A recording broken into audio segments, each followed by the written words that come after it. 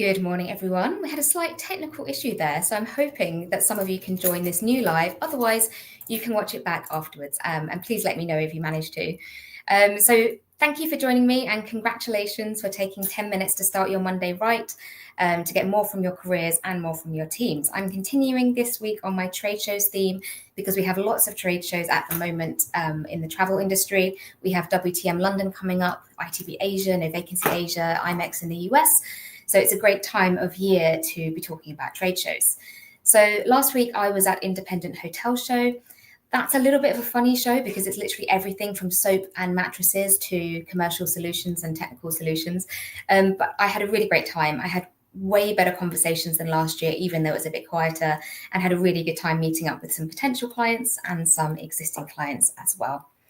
So as before, I'm going to be going through this. In case you don't know what this is, I made this white paper earlier this year based on research and work that I've been doing with my clients. And in it is one of the key ways that I work, which is the pilot principle. So the pilot principle is the 4 key pillars that need to be in line so that you can get more from your career and more from your teams. This week, we're going to start off down here. That's slick communication. So something I noticed last week is that a lot of people at the stands would try and engage me for a sales conversation without knowing really who I was or what I was doing, which isn't ideal. So what I would say, this is kind of on last week's topic as well, is qualify who's in front of you. Know if they're going to be the right person to buy the product you're trying to sell or want to work with you in another way. So you need to know if they're in your ideal client profile, if, for example, what's their turnover, how big is their hotel, what's the location, etc. And if you're managing people, make sure that they understand that that's important for them as well. So perhaps when you're on the stand, you can do some shadowing of your people. Next topic is up here in skill. I don't know about you, but when I come back from trade shows, I normally have loads of bits and pieces and business cards like this.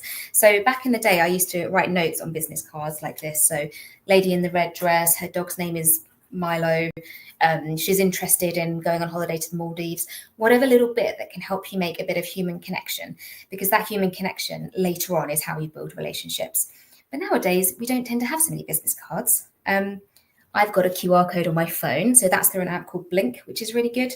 But what that means is you've got nowhere to put your notes, and you don't want to be writing about someone in your notebook when they're talking to you. So this is far from perfect, but I just write lots of notes in WhatsApp. So this is where I just quickly go for 10 seconds after I met someone to write all the little things down about them that I want what I want to remember about them. And what I would say here is really important is the follow-up. So make sure that you follow up really quickly, ideally within a day or two of the trade show. And if you're thinking, Emily, that's a bit nuts, how am I supposed to follow up everything? You don't need to do everything. You just need a little note to say, here are the 3 or 4 action points that we're going to follow up on. For example, if you have to make up a contract for a preferred supplier, you're not going to be able to do that all in one day after the trade show, but you can mark it as an action point and just keep that momentum going. Don't let things cool off too much. Also, make sure that your follow-up emails are not too long. If it's more than a paragraph, then you need to break it into bullet points. And I would say put your action points at the top. So, dear so-and-so, lovely to see you the other day. Here are the 3 points I need from you. And then follow on with your topics, because it just helps them know exactly what you need from them. And I would also say, remember last week we talked about the 3 goals: action, knowledge, and networking. Make sure that you've caught all of those in your follow-up. And you can offer a follow-up call, because we all know at trade shows it's busy, it's loud, people are meeting loads of people. If you offer a follow-up call to go through everything in detail, that's where you can kind of build that relationship even further. Next pillar we are moving on to is support. So this is all about how you can get support from your extended team to help add value for that client or that supplier. It's not all down to you, especially for the big accounts. If you're managing a big hotel chain or a tier 1 client, you don't have to do it alone, and it's better if you don't do it alone.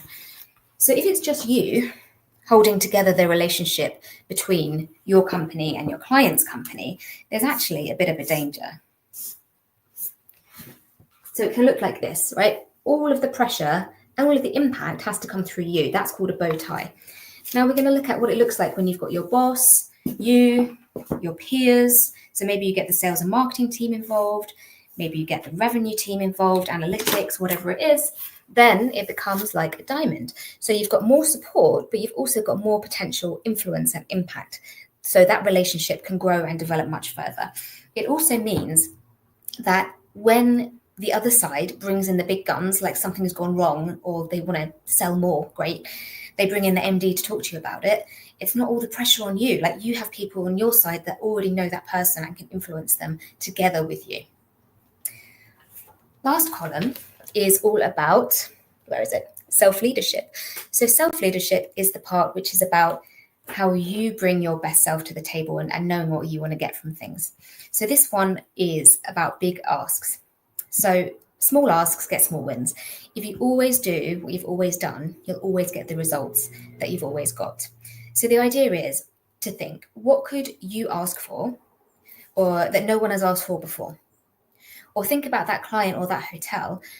If they could do one thing for you that would help you reach your targets, what would it be? And see if you can do a kind of big, cheeky ask. I wouldn't say do this for every single client or supplier that you're following up with, but if you can pick one or two where you know that it would have a really big impact, see if you can ask for something big, something bigger. Ask for, more extra support, different kinds of marketing, spending a day together in their office to plan their strategy and you can be involved. Whatever it is, just think a bit outside the box. They'll tend to appreciate it as well. Even if they say no, they'll appreciate that you're thinking of them in a really different way. So maybe this all sounds kind of obvious to you, in which case, great. I assume that you're, quite experienced and senior in what you're doing. But I would really question if your teams are doing this all correctly as well. Do you know if your teams are following up within a few days of a trade show or a business trip? If not, I would really recommend spending a bit of time with them and seeing how you can help them do that, what blockers you need to take off, how you help them plan their time.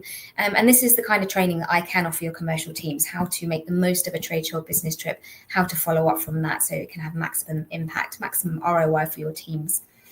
So next week, I'm going to be sharing all about your different career navigator types. So the career navigator is what style you're approaching your career in, and knowing which type you have means that you know what work needs to be done so you can get the most out of your career, be valued more, be recognized more, and have a bit more fun at the same time. So I'd love to join you next Monday, 9 a.m. and let me know what you thought in the comments.